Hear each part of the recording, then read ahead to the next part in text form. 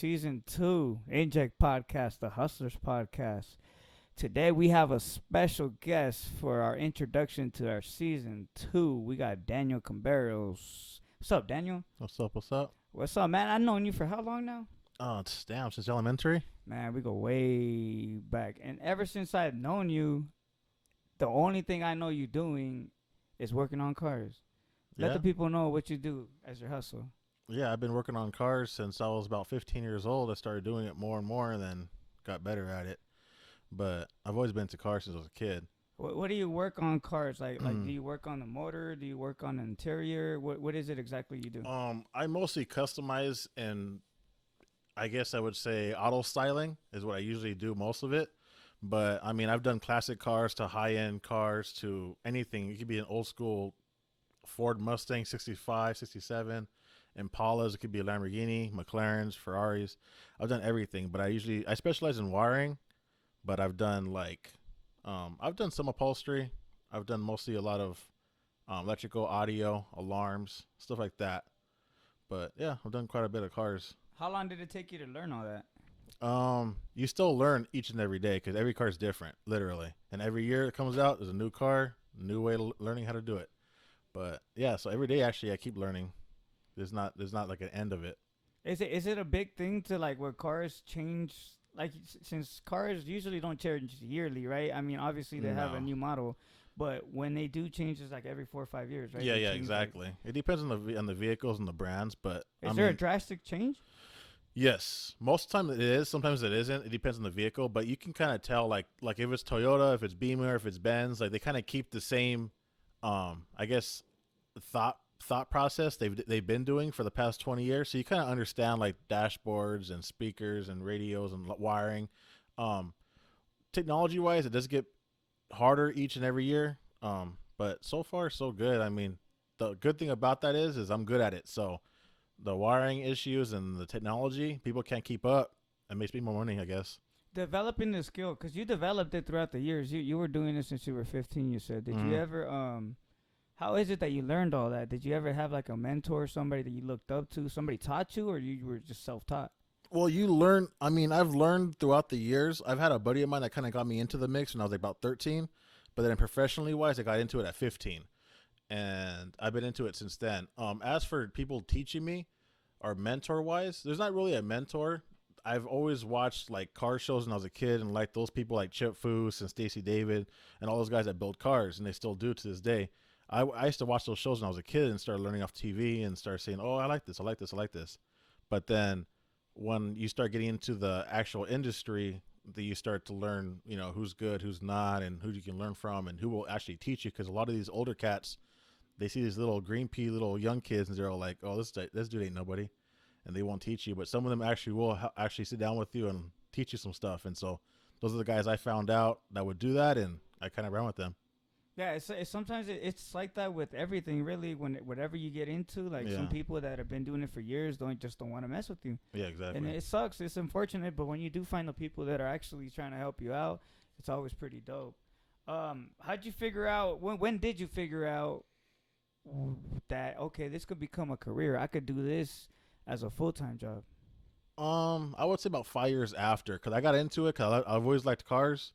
And when I got into it, I was like, cool, this is pretty fun. This is fun to do, because I was never into, like not knocking anybody else's hustle, but I was never really into, like an office job, a white-collar job, even, like, a fast food job. Anything like that, I wasn't really into. I was like, you know what? I like working on cars. I don't mind sweating, getting dirty, being that type of industry, I guess. So I got more into it at, like, around age 20, 21, I would say. I got, like, better at it. And then I had an older dude that I kind of learned from, an old wise man, I would say. He was about 70, and he told me, he goes, dude, the more you know, the more you get paid. So then I kind of ran with that, because a lot of my guys that I know, a lot of my boys that like do what I do, they just do one sense of the vehicle's like process. They'll do like only upholstery. They'll only do wheels and tires. They'll only do audio. They'll only do wiring. Well, like me, I do a lot of it, like mechanical work. I'll do everything, lower lifting. I'm into metal fab now, so I'm doing a lot of welding and doing a lot of lift kits now, and grinding and learning how to do that now. So yeah, I mean, the more you know, the more you get paid, I guess. That's dope. But that's like I said. Well, for your actual industry, it's pretty dope that you know all that because you don't have to go to like somebody else to finish a project because you kind of dabble in everything, right? Exactly. Like my own project cars that I have myself, I do about 98% of the work. How many projects do you have on your own for your own cars? Oh, Because I know you owned a lot of cars, right? yeah, I've owned a lot of cars. I've done cars where I've done just like track cars to race. I've done cars to show off. I've done cars to do lift and off-roading. I've done a lot of different kind of cars. And it's just the way I feel that, I guess, that week or that month or that year. And I just say, oh, I want to do an off-road car. And I'll just go look for one and buy the most crappiest, junkiest, non-running car there is. And then I'll either do a swap, conversion. I don't know. It all depends on what it is. But I'll usually get stuff like that. I had a buddy I used to live in Vegas. I just recently moved back. And when I was in Vegas, I had a guy that had an impound lot. So I got a lot of cars from him for good prices, and I would just fix them up and sell them, fix up and sell them. Or I kept a few of them, but then eventually I'll just sell them. I always sell all my cars. I don't know why, but I sell them eventually. Yeah, I was going to tell you, you only kept like one or two, and that's just your daily drivers. Everything else that you had, if you always showed me like projects, you were quick to just get rid of them. And I never understood that. Yeah, money talks, I guess. Money talks. And so I see like, oh, this fool's going to give me this much money. Because they know like I'm very, I don't know what that word would be, but I'm very like into like what I do. And I have to make sure it's done correctly, done right. Like if I have to like, I don't cut corners in my own projects. So if I have to take another hour, 5 minutes, 2 days, 2 months, or 3 years to get it done right, I'll do it. So people that follow my work see like, oh, this guy does his cars clean, the right way, the best way, the everything. So they'll see it and say, you know what? Like it's worth paying for this vehicle. It's worth paying for this guy's work. So a lot of my stuff that I'm not even selling, I'll tell people like, hey, I'm not selling this car, dude. And they'll come back to me like, well, what's your non-for sale price? And I'll give them an outrageous price, and they usually go for it because they know what they're going to get out of it. Yeah, because you're so into your craft. Because you're so into your craft, you moved to Vegas, right? And you started working out there on dope cars, not just the mom and pop cars that come in on their tax season for like the stereo. Exactly. You worked on dope cars of celebrities, right? Like I did a lot of celebrities' cars out in Vegas. I was in Vegas for about almost 5 years, about 4.5 years I was out there for. Just something different, I guess, to do. I mean, when you don't have a wife and kids, you can kind of get up and go whenever you want. So I went out to Vegas and met a few people out there and a few shops and told them who I was, and they kind of hired me on quick. And then I started working out for I started doing a lot of vehicles for celebrities out there because Vegas is Vegas. Everybody goes to Vegas at least once in their life. So all the celebrities go out there to spend money, you know. So when I was out there, I did a Jeep for Calvin Harris that Taylor Swift did for his birthday about 4 years ago. I did that one. I did Colin Kaepernick's 49er, I guess you would say, themed Jeep for Colin Kaepernick about 5 years ago. I've done, who else have I done? Cruella. I've done one of the Sisters of Cruella, the EDC people or group. I've done a Jeep for Floyd Mayweather that I built this Jeep for like almost a month. Came out clean, nice, brand new Jeep, Rubicon. I mean, it was clean. It was done right. All color matched wheels and tires, aftermarket brake system, everything, audio. And I built it for him. He says he was only going to use it for one night after the Pacquiao fight. He goes, after this thing is done, I'm going to get rid of it. I was like, there's no way. It's brand new. He spent like $80,000 on this Jeep. I get it to his house. I show him the Jeep. He likes it. He uses it that night for the fight. That night he won the fight. He uses the Jeep to go cruise around the strip and, you know, ball out like he does. Next morning we go pick it up and we take it to the auction and go sell it. That's crazy money. Yeah, you got to have crazy money for that. Yeah, exactly. So we did that for him. I've done quite a bit of people. I've done the owner of Wynn Hotels, Steve Wynn. I did his brother's Jeep, which is Wayne Wynn. I did his Jeep. I've done who else have I done? Have you ever met any of these people or just work on their cars? I did Snoop Dogg's Jeep too. Snoop was one of the first ones I've done. He actually was cool. Question: did you smoke with Snoop? Yeah, of course. You have to. That's a man though. If I ever meet that. Yeah, guy. you have to. Like I don't smoke, but with him I had to. Like you have to. And then so when I met him, I did his Jeep, built his Jeep for him, showed it off. He liked it. He was cool with it. We didn't smoke that right then and there. We actually just hung out for a couple of hours, which was pretty cool at my boy's dealership. And then I get a call from my boss saying, "Hey, what are you doing on like Wednesday or Thursday night of next week?" And I was like, "Nothing. Why?" "Oh, we have a dinner at Snoop Dogg's house in Vegas." And I was like, "What?" So he got a house in Vegas because one of his sons is out there now for football. So we went out there. I went there. We met up. We hung out. He had a big old pile of weed on top of the table. We hung out. We smoked. We ate. We hung out for a little longer. Then we went home. It was cool, though. He actually did that for us. That's tight. So you met a lot of people out there in Vegas, like a lot of connects? Yeah. When I was out there, I did a lot of car shows out there. So when I was out there for the car shows, I met a lot of people that was in the industry. It's way higher than I thought. And they follow me on Instagram a lot. But I follow like Kumo Tires, Toyo Tires, Aries Off-Road, like all the big brands, like light bar companies, audio companies. I've met a lot of people that are like big in the industry. And they all met me and called me. And it's pretty cool. Like, it's cool to have like those numbers on my phone, I guess you would say. Yeah. What made you want to come back? Kind of got tired of it. Like, I'm not a person where like if I'm doing the same thing over and over and over again, I get kind of tired of it. I mean, I like building cars because every car is different. But if I'm in the same scene for quite a long time, I get kind of tired of it. So like if I'm in the same shop building the same cars or the same thing every day, I get kind of tired of it over a couple of years or anything. Like over there, I did really good and it was really nice and it was a fun experience. Like I traveled a lot, but I just got tired of it, I guess you would say. So just come back. That and mostly family, you know. You came back for the family? Yeah, I came back for the family, make sure everybody's doing good, and everybody's getting older now, so I got to stick around, you know, a lot closer. Did the Rona have anything to do with it? Because I know Vegas was shut down for a few months, right? Yeah, that kind of like got my boost up. Once that hit, I was always thinking about coming back for about a year now, and I've always told people, like, oh, I'm going to come back, and they always say, oh, no, you're not, and it's true. I think even you said that, and I waited, and once that Rona hit, I was like, damn, like, we're dead. Like, this is dead. Everything's dead. Like, the whole city was dead. So I was just like, you know what? This is a good time to do it. And so I ended up moving back.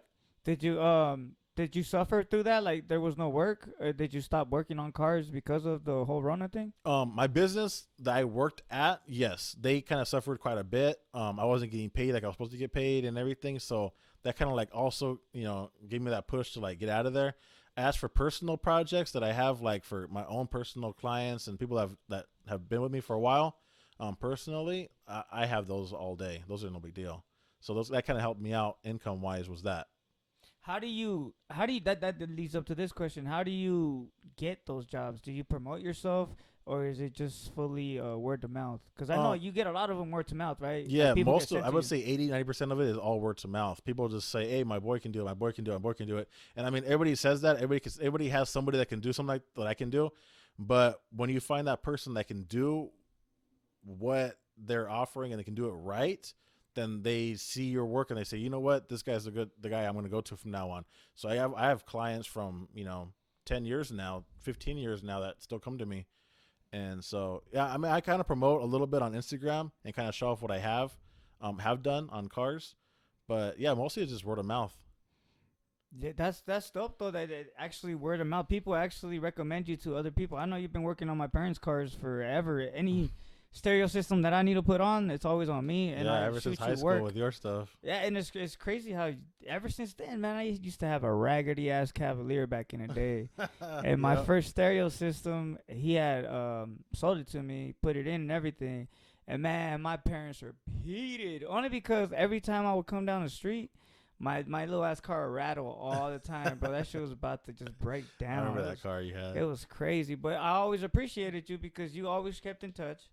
And you were always just answer the phone call. You know, after high school, a lot of people decide not to like communicate and shit like that. Yeah, they usually die out and go their own way. Own ways and have their own family and shit, which is reasonable. You know, I feel that, but you stayed true, and that was dope, man. So have you ever had to travel farther than to people's houses or to Vegas where you were working, or just to your shop? Like, would you have to go anywhere else? I've done other stuff. Like I've worked at when I worked at shops in Vegas, especially Vegas, because Vegas is like way bigger than over here as for like publicity, I guess you would say. I've done auctions, Barrett Jackson's, and I've done a lot of auto auctions, a lot of classic car auto auctions, what they're called. But like there's one called Barrett Jackson. Have you heard of that one? Yeah, auto auctions isn't the auctions that you see. Yeah, you don't go to like it's not the auctions people go to and buy a Civic or buy a an old truck for 300 bucks. Yeah, no. These auctions are multi-million-dollar auctions where you go and you can't just walk right in. You can't just. I mean, you can go and see the cars before they get brought up on stage. So they have a public day. People can go and see the cars with their kids and stuff like that. Just don't touch the cars, pretty much. And then after that, it goes into business. And literally, it's everybody's there has money, like not just a few grand. No, these guys have millions and millions, if not billions of dollars. So these places that I go to, I've been to Mecum Auto Auctions. I've been to Barrett-Jackson Auto Auction. I've been to Worldwide Auto Auction. I've been to Russo and Steel. I've been to different auto auctions that are like world renowned, I guess you would say. RM is one of the biggest ones. I've been to RM one. RM is, you know, like those pompous like English people that are like have that really English accent that tells you not to be there unless you're wearing a suit. And they come back in like maids and butlers, and they give you like champagne and glasses. Cheerio. Yeah, those type of places. I've been to one of those where you have to wear a suit to go in at an auction to buy cars.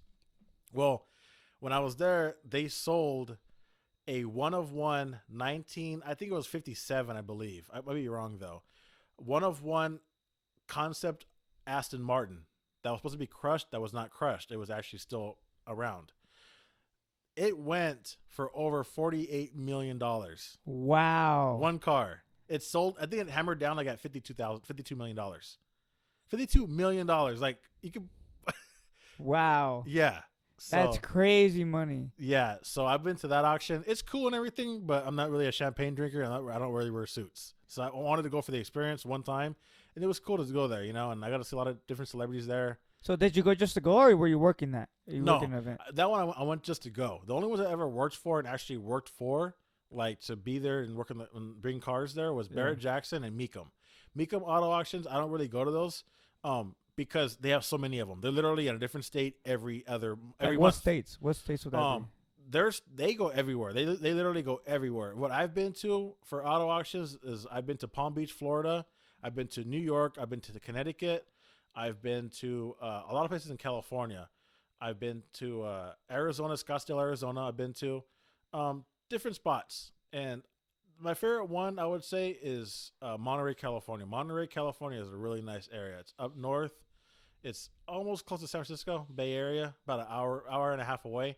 But it's really, really nice. On the coast, when I go to those ones, they're usually 5, 6, 7 days long. So it's cool. I get to be there, and it's always in August. Well, August in Monterey is not like August in Vegas. August in Vegas is 110 degrees every day. At 2 in the morning, it's 103 degrees. The Bay gets cold.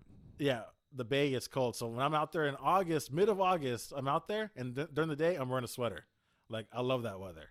So it's nice. I'm out there, and I get to do a lot of different stuff out there. Well, Mecum is cool. I like that place. My favorite is Barrett-Jackson, though. Barrett-Jackson Auto Auctions. I'm known there as VIP. Yeah. So you get there's 2 different kind of VIPs. The VIP person that goes there is a VIP buyer. They're buyers. They're in the same area I am. There's VIP guest, which is also what I am, and there's also VIP sellers, which is also what I am. So I'm all three VIPs. What it comes up to be is you have the auction block VIP, and then you have the owner of Barrett-Jackson. His name is Craig Jackson. There's a skybox called the Craig Jackson Skybox. You can only go up there is if you're the highest VIP there is. There's another skybox across from that also gives you food and drinks, but you're not cool if you're over there. You're not cool. So the Craig Jackson one, if you're up there, you're literally up there with celebrities, rock stars, artists, actors, actresses, everything, which is pretty cool. You get free food, which I love. And you get not hot dogs and hamburgers. No, this is like prime rib and like sushi and like high-end food. You get drinks all you want, which is great. So you can drink all day, all night, as long as you want. And then on top of that, you get to see a lot of celebrities. So I'm up there and I'm next to Tim Allen. I'm next to Matt Damon. I'm next to Matt Dillon. I'm next to a lot of celebrities, a lot of rock stars. You know, I was there one time when Axl Rose was there, after Guns N' Roses, but he was there. It's like, what the hell? Like, that's Axl Rose. It's still dope. Yeah, exactly. Like, he was there. I've been there when Jay Leno's there, Tim Allen. I was there when what's his name was there? The president. What's his name? Trump? No, before Obama. We're gonna suck at this. Yeah, we're gonna I know. get something for this. That one dude that that no one really likes. Oh, the whole Bush? Bush, yeah, George, yeah, he was there. I didn't really. Yeah, we need to learn our presidents, dog. We need to have a lot of people hitting So us he up was for that. there, and I was like, "Who's there?" They're like, "Oh, it's George Bush." I was like, "Oh, that's cool." You know, like I don't care. So I didn't go say hi to him. But I mean, you can't really when you're up there, you can't be like, "Oh, can I get your autograph? Can I get your picture with you?" You can't do that. You know, You got to pretend like you've been there before. Yeah, exactly. So I've been up there. You know, like one time at one of the auctions. They have a thing called the gala or the gala. It's a party at nighttime. I don't think it's called the gala. I think it's gala. Is it gala? I don't know. It's one of those. It's GALA. That's all I know. So I'm at the gala one night, and we're all sitting down, hanging out, and we're at the table. And next to me at the Vegas Barrett Jackson is Floyd Mayweather and Justin Bieber, same table as we are. And so we're all just hanging out, drinking, you know, just chilling. Next morning, we go to the same table for the auction to start. They're there. So we all sit down, we're up there, and Floyd's auctioning off 2 Bugattis. This fucker got 2 Bugattis. He has a white one and a black one. So he's trying to sell both Bugattis together as a package deal for $6 million. Did they sell? No. It went to like 4.8 million, and they were like, come on, dude, come on, just go for it, just go for it. Just say yes, say yes, say yes. He said no, he wouldn't do it. So he took them both back home. I'm like, dude, you had like $100 million in your bank account. Like you really had to say no to like 1.2 million, like less. So yeah, Justin Bieber had a car done by West Coast Customs. It was a Ferrari Italia, 458 Italia, blue. It came out on a few different car shows and different things, and he had it. He had it for about a year and a half, and he took it to the auction. It sold. That one sold. So yeah, it was pretty cool. I mean, that's the cool thing about it is you get to travel a lot. You know, like. That was one of the biggest shows I got to do. The other biggest show I ever got to do is called SEMA. Have you heard of that one? I've heard of it, but to be honest with you, only because of you. Okay, SEMA is like the biggest like car show in the world. Like it's massive. It literally is. Like people come from all over the world to the show, and it's pretty cool. Like, what kind of car does it consist of? Like the show. Is it like fixed up cars? No, or is it brand new cars? What it is pretty much it showcases all the new products, like all the new products that are coming out for that year. Like people that say like, oh, the new Bronco's coming out, the new Jeep Wrangler came out, the new Mercedes-Benz G-Wagon Squared came out. Oh, so when they present it, that's the show that you're talking about? No, that's not. They don't present the cars, but they present parts for that car. Oh, okay. So it's like one area will be all tools. My area will be all tools, window tint, paint, all that kind of area for the people that build the cars.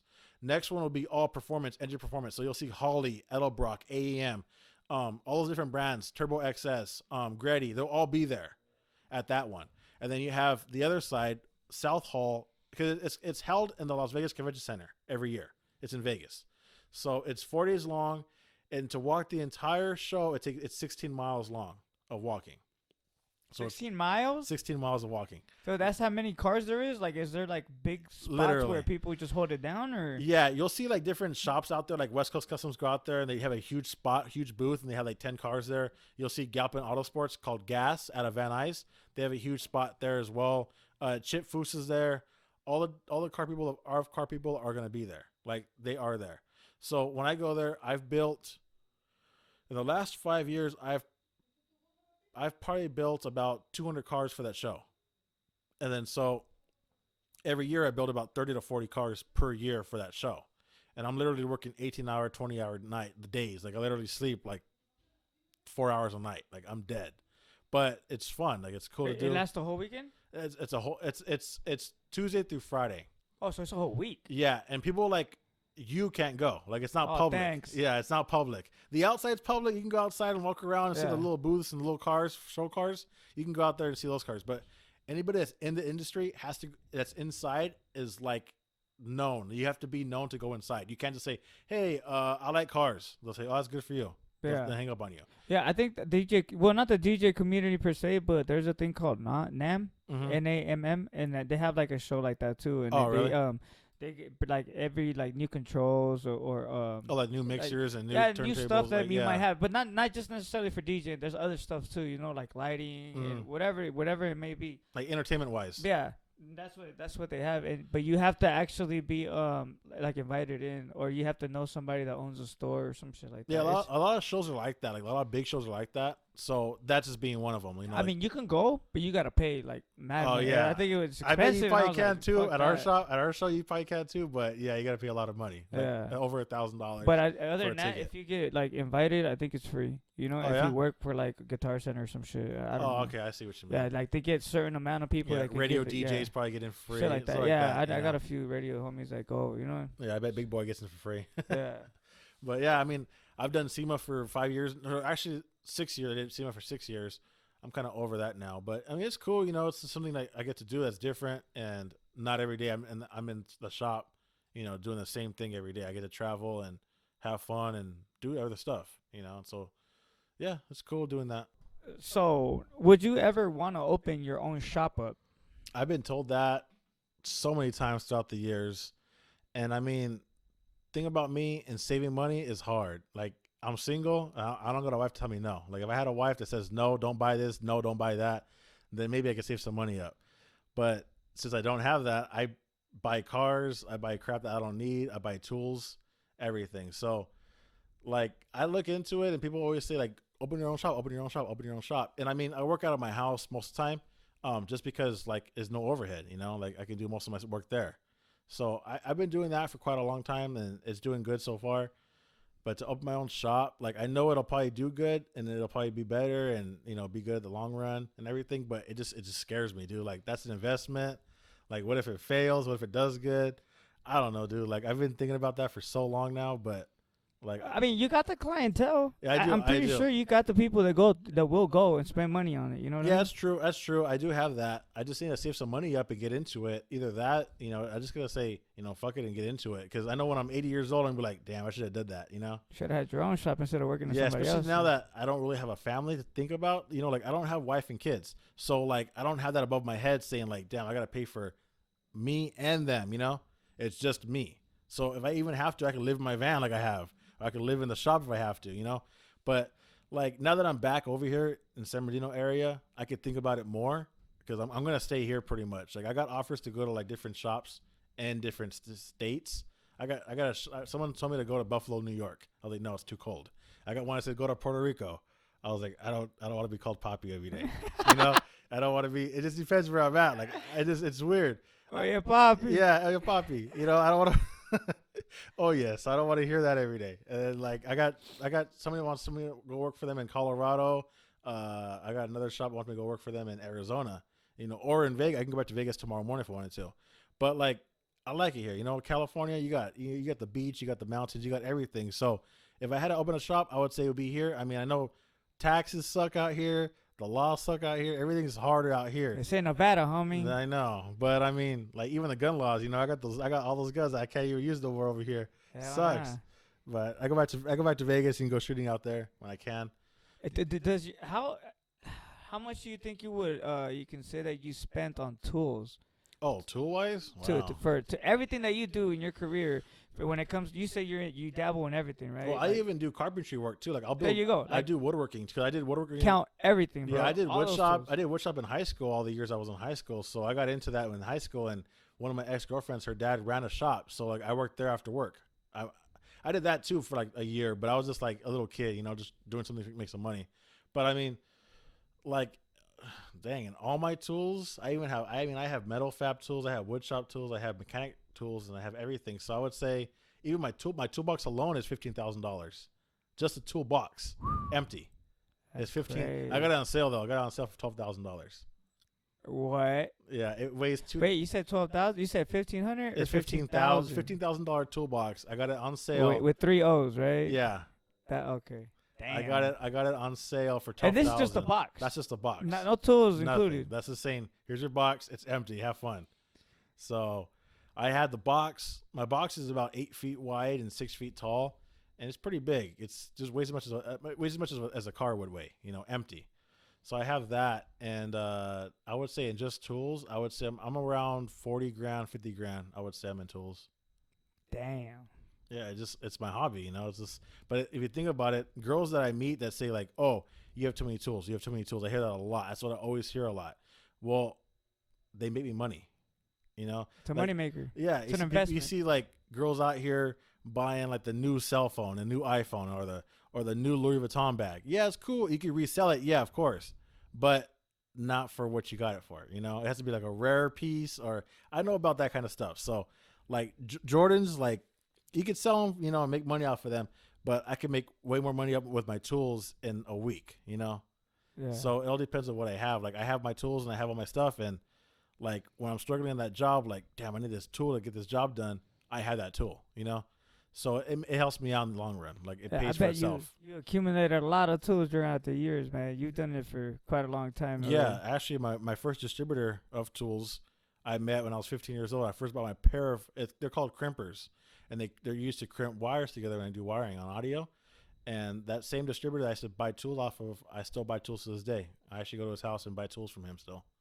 Have you ever like thought about just quitting and just doing something else? Have you ever got bored with it? No. I don't. Cars is what I love cars. Like for some reason, I like when I wake up in the morning to work on something and I have a little bit of time to kill, I'll put a car show on TV and I'll watch that. I rarely watch news. I rarely watch any kind of TV show or series. I don't got time for that. Netflix, I own Netflix. I have the stupid subscription. I never use it. I just usually just watch car shows and get back to work. Shoot the code this way, bro, because I don't have one anymore. They cut me off. Yeah, so I got that. I don't even use it. That's for my little nephew to use. I always on my profile, a bunch of cartoons on there. It's like, what the hell? But yeah, I mean, it's just I like cars. Like I like cars, and the thing about it is, every day is different because every car is different. So that's a cool thing about it is I don't get stuck in the same remedial job where it's just like, oh, every day, you know, just do the same thing. I don't like that. So being that I have to use my brain on everything I do is cool. Like I got to think of how I'm going to work this car out, how I'm going to build this, how I'm going to fabricate this, or how I'm going to make this work. And like I have a process in my head that says make it happen. And that's what I do. I try to make it happen no matter what. And 90% of the time I can get it done. You know, there's that 10% where it's like, it can't be done. And I had one recently on a new Jeep Wrangler. But yeah, I mean, it was just a stupid bracket for a light bar. Some company was like, oh, it'll work. And it didn't work. And I had to school them, their own stupid customer support line. I had to call them and say, you know what? You guys are idiots. It ain't going to work. And now they changed everything around because of me. So that's the cool thing about it is like everything's different, you know? So I would never get out of this industry. I like working on cars. Even if they come out to be flying, floating around underwater, I don't care. I'm still going to work on them. You have any advice to anybody that's trying to learn this? Because I know we were talking a little bit before we started recording, and you said it's a dying industry. Explain what you meant by that. What I mean by that is like, I mean, everybody likes to look at cars, and car shows are huge. Car meets are huge. Like all this stuff about cars is cool, but people learning about it is getting smaller and smaller every year. And the reason being, to me, in my opinion, is that all these kids that are coming up now these days, like 18, 17, 15, like when I started, they're into video games, computers, formatting or editing or YouTube. They're into that kind of stuff. Like, it's hard to find people that want to like get outside, get dirty, and learn. Like, it's stressful to learn about it, but once you start learning and start getting into it, you can get paid quite well. And it's hard to find people that want to do that. Like I started at 15. I started at 13, non-professional, and I would go to shops and just sweep them up and kind of like stick around like a little annoying kid, but I was trying to learn the process and see how everything goes. And then at 15, I kind of got hired on. I didn't get paid that much. I was 15 years old. So, you know, $150 a week was like a lot of money for us at 15 years old. But I was learning, you know, like I was learning as I was getting paid. Now, like, I'm still learning. Yeah. But not like that before. Like now, it's an ongoing process to find people that would do this and even get into it. But that's going to be any like industry that's going to be labor intensive, you know, like cars is one of them. Even like laborers, like people that would do drywall and tile. Like if your son's not into it because the father was into it, you know, like it's just a generation to generation to generation. But people that want to just learn out of nowhere to learn how to do it, it's, you know, it's dying. Yeah, but does it pay out? Yeah, it pays out. If you get good at what you're doing, if you get good at it, then yeah, it'll pay out. Like I said, like the more you know, the more you get paid. So like, it's cool because a customer can come into my shop or come to me and say, hey, I want to get my radio installed. Okay, cool, I can do it. Okay, cool. I'm gonna send it to my friend's shop to get the brakes done and the head gasket fixed, and then I'll come and see you for the radio. I'm like, well, I can do all three. Really? I'm like, yeah, I can do all three. It's not a common thing, but there are some people that can do that. But I'm one of them. So like I can do all three of those and knock them all out. The more you know, the more you get paid. So I would have lost out on those two other jobs if I didn't know how to do those, you know? So since I learned all three, I can knock all three out. Have you ever had any bad experiences with projects to where you're like, you know what, I could do that, and then at the end of the day you're like, man, it was a lot harder than I thought, and it didn't come out right, my bad, but go take this over here. You know what I'm saying? I've done some cars where like I'm to the point in my years of thought, I guess, to know how these cars are, to know like what I can and can't do or want to do, I guess. But some of these cars, are hard. Like if you got a Jaguar, like especially an older one, don't come to me because I'm not gonna want to do it. A lot of the cars, like a lot of the European German cars, those are the hard ones. As for American and imported Japanese cars, they're a lot easier. But I mean, just the higher end vehicles. Like I own a Mercedes, but Mercedes Benzes are hard. BMWs are hard. Audis are hard. Jags are hard. Those cars are harder. But I mean, you could do them. I can do them. It's just that some of them you just don't want to do it. It just depends what it is. A lot of the customers are just mostly stubborn, and they say, I want an in-dash TV in a 2020 Mercedes Benz. Like, why? Like that thing has so many options and it's so clean already. Like, don't touch it. So those are the guys I'm like, oh yeah, dude, I'll get back to you. And I usually try, hopefully they forget about me, you know. Well, what makes those cars difficult to work on? Technology. The engineers that built those cars don't like people like me. So they see their cars as they're perfect. Don't touch them. So when I go into that mix, a lot of the stuff, you know, it's not compatible, or if it is compatible, it's hard to make it work. Like I had a customer come into my shop and he had like a 15, 14 CLS 500 AMG. It was really nice. Or CLS 55 AMG. And it was real, real nice, but he didn't like the system in it. He's like, oh, my wife doesn't like it. And I'm gonna tell you right now, bro, I went to 5 different shops before you and they all said they can't do it. And I was like, okay, what do you want done? And he goes, I want an in-dash TV in it and I want a sound system in it, bass and everything. I was like, okay, let me go look at your car. Look at the car. I kind of like see the car from the outside in. You can't, most of the time I could just kind of tell how the car's going to be to me. And I kind of know, because after the experiences of having so many years on it, you kind of tend to know the vehicles already. So when I saw it, I was like, you know what? I could probably do this. So to the guy, I said, you know what, dude? I'm about 80% sure I can do your car and do what you want done. Really? I'm like, yeah. So leave your car here for a day. Let me get into it. Let me take it apart and see what I could figure out technology-wise and see if anything I can put in there will be compatible with it without freaking the car out. Because some of those cars, like you touch one wire and the car doesn't want to start no more. You know, it just, yeah, a lot of these cars are just too high-end. They're too smart. So you just got to know what you're doing. And it took me almost 3 days to do that car. But 3 days later, his wife was so happy. He's like, dude, you saved me a lot of money because I had to go upgrade the car if this wasn't done. I was like, really? He's like, yeah, she wanted a new Benz. And I was like, dang, that's a lot of money. That's bougie right there. Yeah, I know. So then I got it done, came out really clean, and he was happy with it. I haven't seen him in over 2 years because I know it's still working good. Well, wait, speaking about bougie, what's the dopest car you worked on?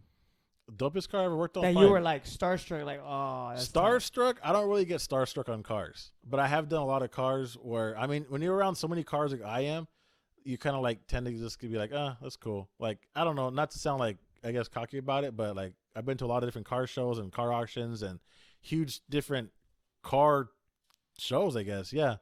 And I've done a lot of different cars and seen a lot of different cars. So it's like, it's rare for me to catch like a glimpse of a car and say, oh, wow. Like, it has to be older and rare. Like I've seen an old SL Mercedes-Benz gullwing door. Like those are hard and rare to find, and they're always been imitated. You know, kit cars. So I saw one of those for the first time, an old gullwing, and I was like, wow, it's real. Or like a real Shelby Cobra back in the day. Those are hard to find that are real, and they're $1 million cars. Both those cars are $1 million cars all day. So when you see one and it's actually real, it's like, oh, damn, that's nice. Have you ever been intimidated to work on a car? Oh, yeah, I've been intimidated on working on cars. I did a Maybach before, and the Maybach I was scared about doing, and I had to add a radar system in it so the guy can pretty much go 100 miles an hour and not get caught. So I did that. How does that work? So how they are is a system I used to use. They put sensors and they're called beam blockers, and they go in the front and the back of the cars. And they go into they integrate into the system. So what happens is when the car gets turned on, the radar then tends to send out a signal, and if it bounces back, or When a radar sensor gets bounced onto that sensor, it says, "Hey, what are you doing? You ain't gonna get me." It'll just cut that sensor off. So then, if a cop is shooting his radar at you, his radar detector gun will say error. Oh, so he has no proof. Not in California. It's not in California, but it is like you can do it in Nevada, you can do it in different states, but people still use them in California. And I've done quite a few cars like that. I just recently did an S series, an S63 AMG Mercedes. I just recently did that one, and it was 2020. So they had no information on how this bumper comes apart, how this car comes apart, nothing. So I call up my body shop guys that are like really good body shops out in Vegas, and I was like, "Hey, how do I take this apart?" And they go, "I don't know. Once you learn, call us so you can know how to do it." That's like, a dick move right there. Yeah, and I was like, "Man, you guys suck, dude." So here comes Google. Did you Google it or not? I Googled it. Nothing on Google. Nothing. So what do you do in that situation? Take your time. Take your time, or else you're going to be an expensive project because you get to pay for the parts you broke. Wait, what's the most expensive part that you ever broke on working on a car? Nothing, literally. So you never broke anything? I've broken parts, but expensive-wise, it had to be like a panel, like a plastic panel that cracked. A lot of panels, like on a lot of cars, we get sun-dried. Like, dashboards that get all cracked up on the dashboard. Yeah. Okay, that's common. That's common. So I'll tell the customers, like, "Hey, I'm taking the radio out, but your dashboard's going to crack. Like, if I put any pressure on it, it'll crack." So I tell them in advance. But mostly accidental wise, I've broken panels before, but like it's mostly a stubborn clip that doesn't want to pull apart from the car. But usually also the customers will notice it, whatever. I'll usually glue it back together. If it comes out clean, you can't notice it, I'll put it back together. Customer sees it. If I can't do it, I'll tell the customer, "Hey, look, dude, I'm sorry. I messed up a part. I'm not perfect." And usually they'll let me go just let it slide. Like, "You know what, dude, it's no big deal. I barely even see that part," which is pretty cool. Other ones, if they're too much into it, like too much of a dick about it, then I'll go, "You know what, dude, I'll buy you that part," and I'll go and buy it. It rarely happens though. Like, you just gotta take your time. People that are impatient and do what I do, like, they break a lot of stuff. I've seen a person break 3 windows in 1 week. Windows from a car? Yeah. Were they working on the windows or they're working on the car and the windows broke. One time, one guy was doing a Suburban, pushing a speaker box into the back of the Suburban. Well, something was in the way, so he tried pushing the piece out of the way. Well, instead of pushing out, I think it was a basketball, or a football. It was some kind of ball. Well, he just put the box over it and pushed it against the back seat. Well, the box kind of like went sideways and hit the top of that window and cracked the whole side window of a Suburban. Wow. Yeah, that window was like $400. He had to fix that. Same week, he's messing on an old Cutlass, and the old Cutlass cars, cars like that, the old Oldsmobile cars, the windows rattle a lot because the inside rubbers are all done. So he's messing with it. He goes, "Oh, I'm done." Slams it hard, cracks the window. I was like, "Dude, are you serious?" Wow. Third one was an Acura TL or TSX, some kind of like newer, like a 05 2010 model. He was putting speakers in, had to drill new holes. Well, he didn't know that behind the metal he had the window down. So when he was drilling holes into the door panel, there goes the window. So he drilled through the door panel, through the metal, through the window. When it came to that situation, did he tell the customer, or did he just replace it without them knowing? No, we have to tell the customers because most of the time, 99% of the time, you're never going to get a factory window. Unless you complain like no tomorrow. If you complain about it, or if you have a high-end vehicle like a Ferrari, it will never be a factory window because factory windows are just so expensive. That $400 Suburban window would have cost us $1,000 at Chevy. So a glass is a glass, but all the glasses usually have numbers. It'll say, if it's from Dodge, it'll say Mopar. If it's from Chevy, it'll say on the little GM. corner, no? Yeah, the corner. So, like, if you get aftermarket ones, it'll say, Glass Co. or something, some kind of different company. And so we have to tell the customers before they find out, or, see it later on and say, "What the hell?" And usually they're tinted. We got to retint the car too. Damn. Yeah. So what about the factory tint too? Like those cost more, no? Yeah. Well, it's not usually factory tinted. It's factory sprayed. So they do a spray paint on the glass factory. But it looks like it's like mimics. Yeah. Tint. They'll do it. It's called OEM spec, original equipments. So they'll get the OEM spec glass, so it'll match the same glass as long as it's been sprayed. This one will be sprayed as well, factory look, I guess you would say. Dope. So yeah, I've done. As for anything broken, I've never done anything crazy. I've seen people blow airbags. I've seen people, like catch cars on fire. It's insane, but I never had that issue before. You just take your time, do it right, and have patience in it, and you can get everything done correctly. Do you ever keep your partner, whoever you work with, do you keep in touch with them? Like, hey, I need you around. You know what I mean? Let's work together on a project. Not. It depends on what it is. If it's a project that I'm gonna be doing, or mostly actually the way I am is no. The way I work at work is I have headphones on all day long and don't bother me. So that's I just work. you. I work better by myself. If I need your help, it's only when I really need your help. Because if I don't ask for your help, I don't really need your help, and I'll learn how to do it around that, or if I get stuck in a situation. But I do have close friends where they can call me and I can call them in the stereo business or in the car business and say, hey, have you done this car before? Or hey, what's the tips about this car? Or any advice you have? And likewise, they'll call me too and say the same thing. So it's a cool thing to have because you never know. And there's people that know way more than I do. Like, I know quite a bit, I can say that, but there's people out there that have been doing it for a lot longer than I have, 10, 15 years more, that maybe have done that car that I haven't done yet, and I can say, hey, how do you do this? And they'll tell me, oh, this is how you do it. Bro, have you done anything else? Have you had any other type of job besides this? I've done other stuff before. Well, actually, I would say no, because I did diesel mechanics for 2 years, but it's still cars. It's still mechanical, yeah.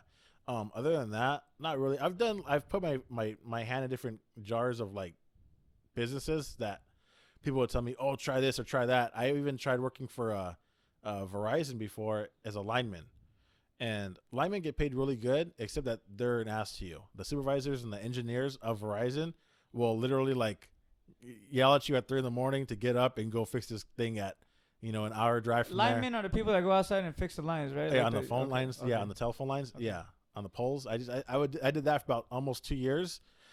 I didn't like it because it pays good, but if in my industry, if you know what I know, you can get paid just as good. Yeah. And I don't get bothered like that. So I got tired of it. Like, I got tired of people trying to yell at me and like put me down like I ain't nobody in that business. And so it tends to happen in jobs for some apparent reason. But this is why we try to record the Hustler podcast, so we can know the hustle. A lot of people that we get on the show are their own boss, and most of them don't like to listen to anybody else tell them what to do.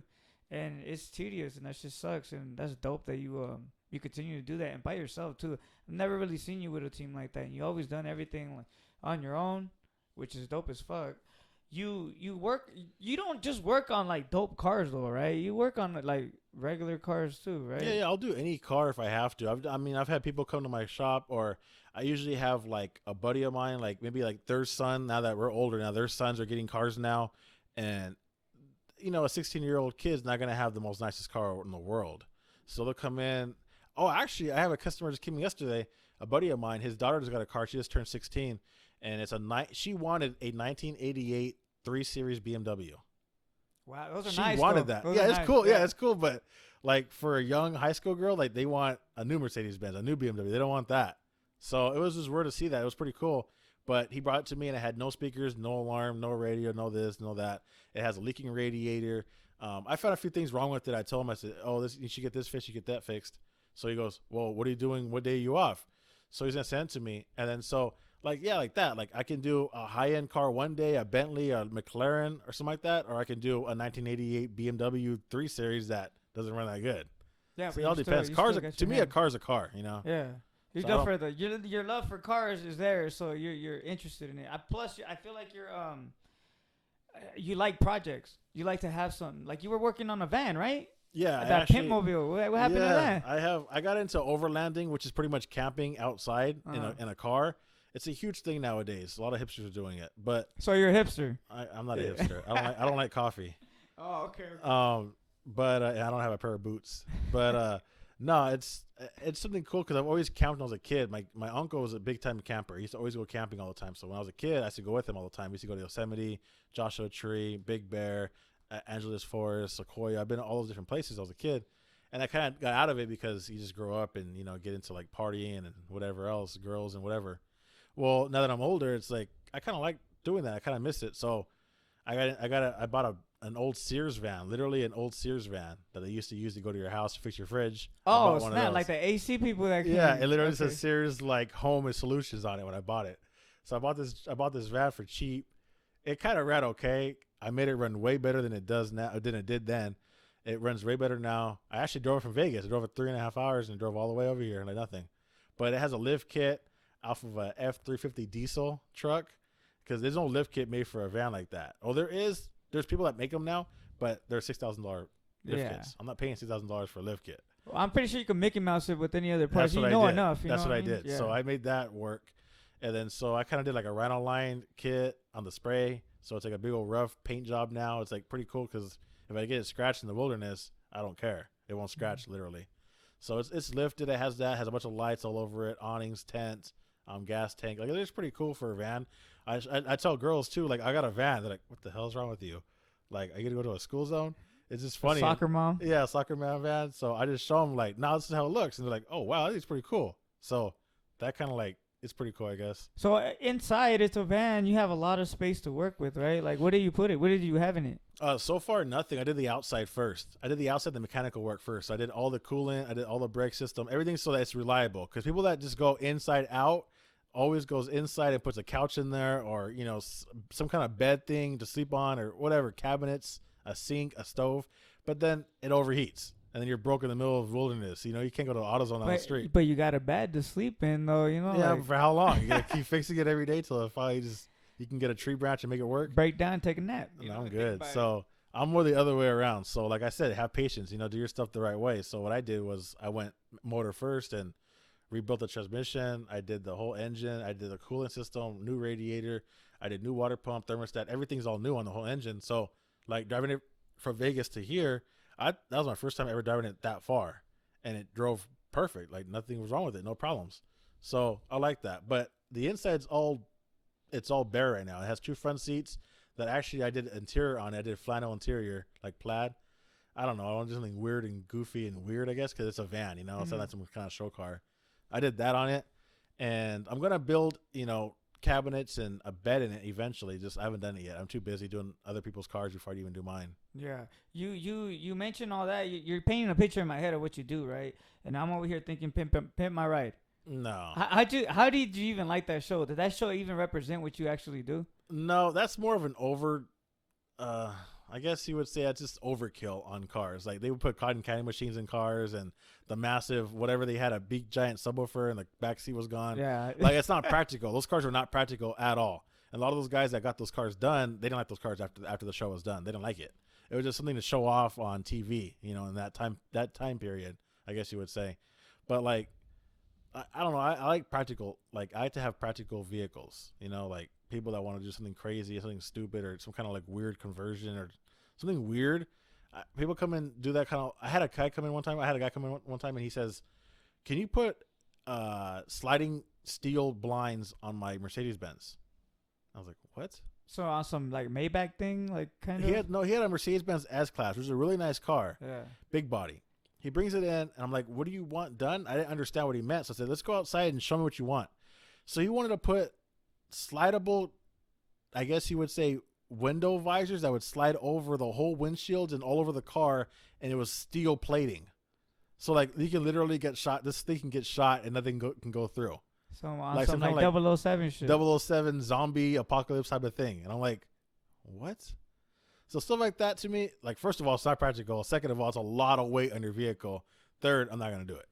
So like that's just end of story. I'm not gonna do it. I've had customers come in and say, oh, I want cameras on my car. I'm like, okay, well, you can put a backup camera, a front camera, a view camera. You can put side mirror cameras for, you know, changing lanes. No, I want cameras that record every night, all night. And I'm like, okay, well, that'll kill your battery, first of all. So like for like video or something? Yeah. Or? They're starting to do that now. They have videos that come out that you can put on your dashboard. Like if someone hits your car. Oh, it'll like record. A dash cam. Like a dash cam, but it records all the time now. So if it senses a motion in front of the car, it turns on and records what it's sensing. So people are doing that now, more for surveillance of the vehicles. But this guy wanted me to do like, he brought in like house cameras. Like if you had a Walmart, you would bring in those cameras you see on the outside of Walmart. Yeah. He brought those in. And he wanted me to mount them on the outside of the roof of a car. And I'm all like, what? Like, okay, if anybody's looking for your car to mess with and they don't know you have cameras, they know you have cameras now for sure.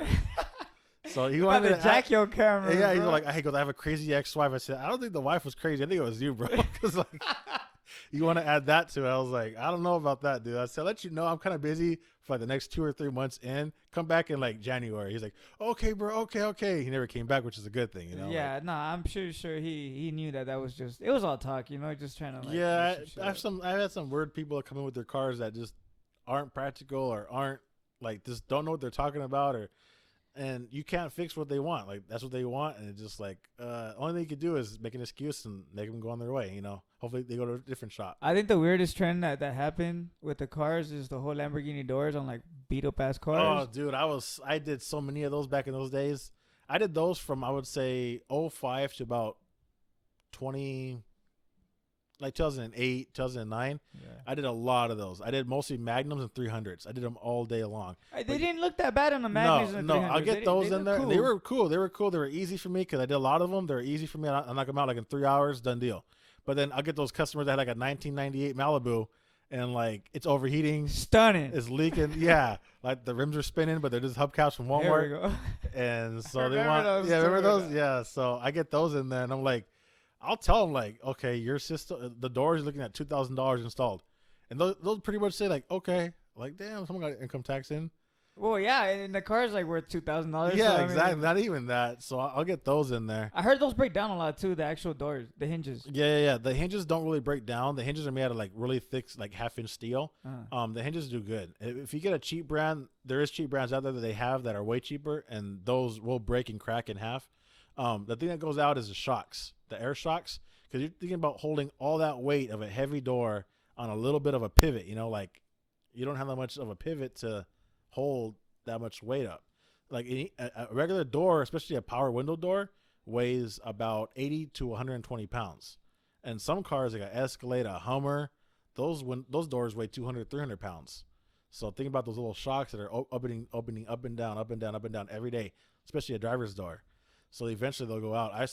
I've had somebody at another shop, not a shop I worked at, but they got sued because they did a customer's Toyota Solara, I think it was. They did that car.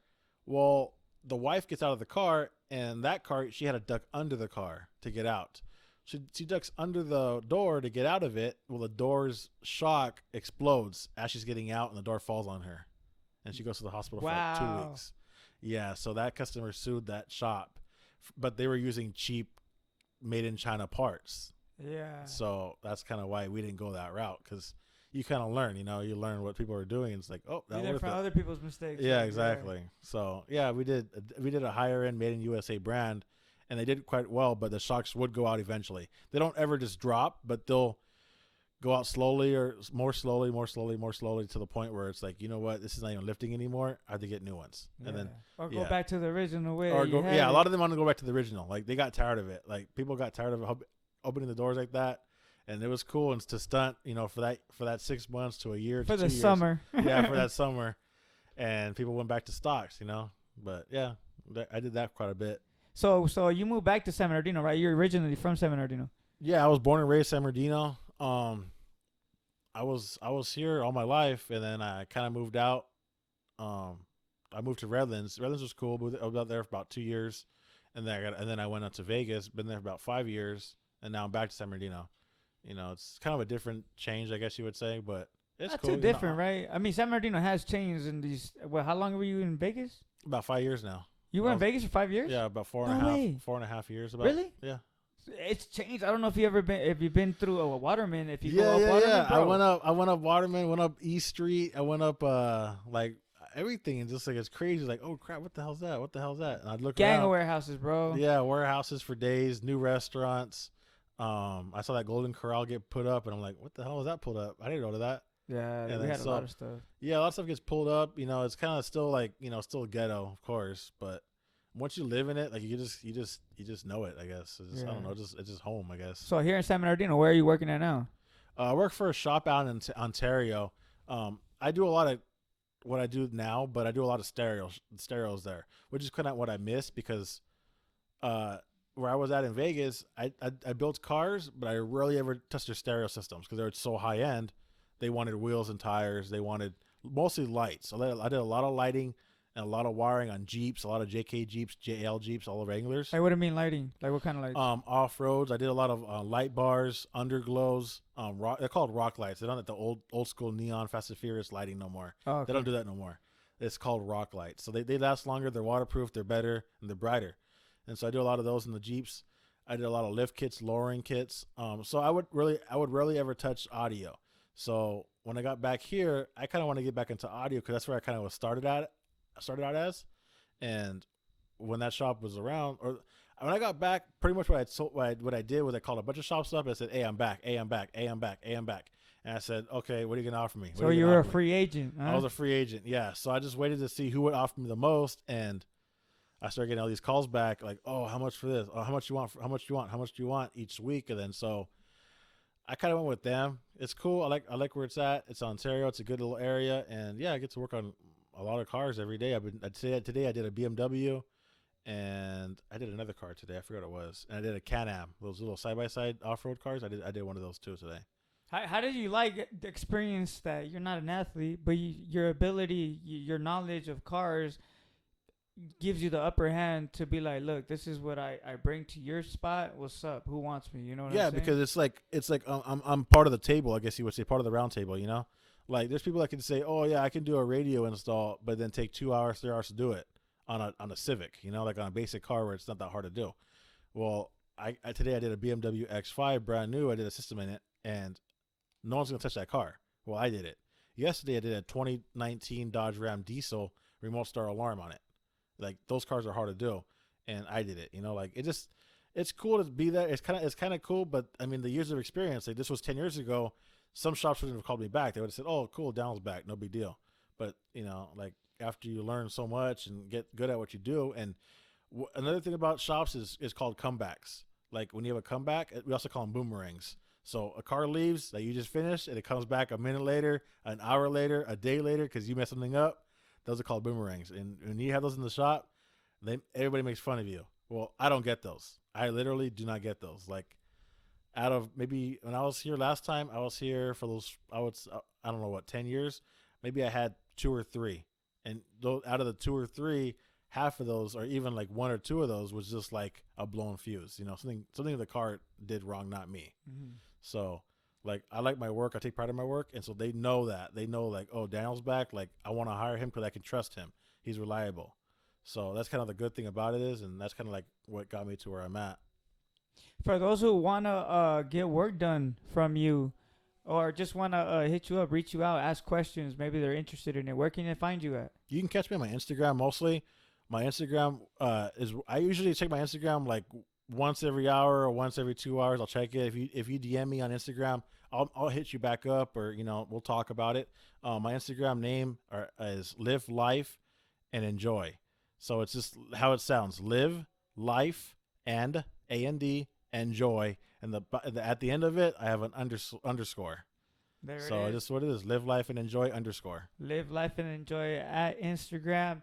I want to thank you, Daniel, for being the first episode of season 2. Part 2. I appreciate it, man. If anybody wants to fuck with him, reach out to him for any work, any questions. You know where it's at, Instagram. Till next time, guys. I'll see you guys later. This was the Hustlers Podcast. Keep hustling, y'all. Like.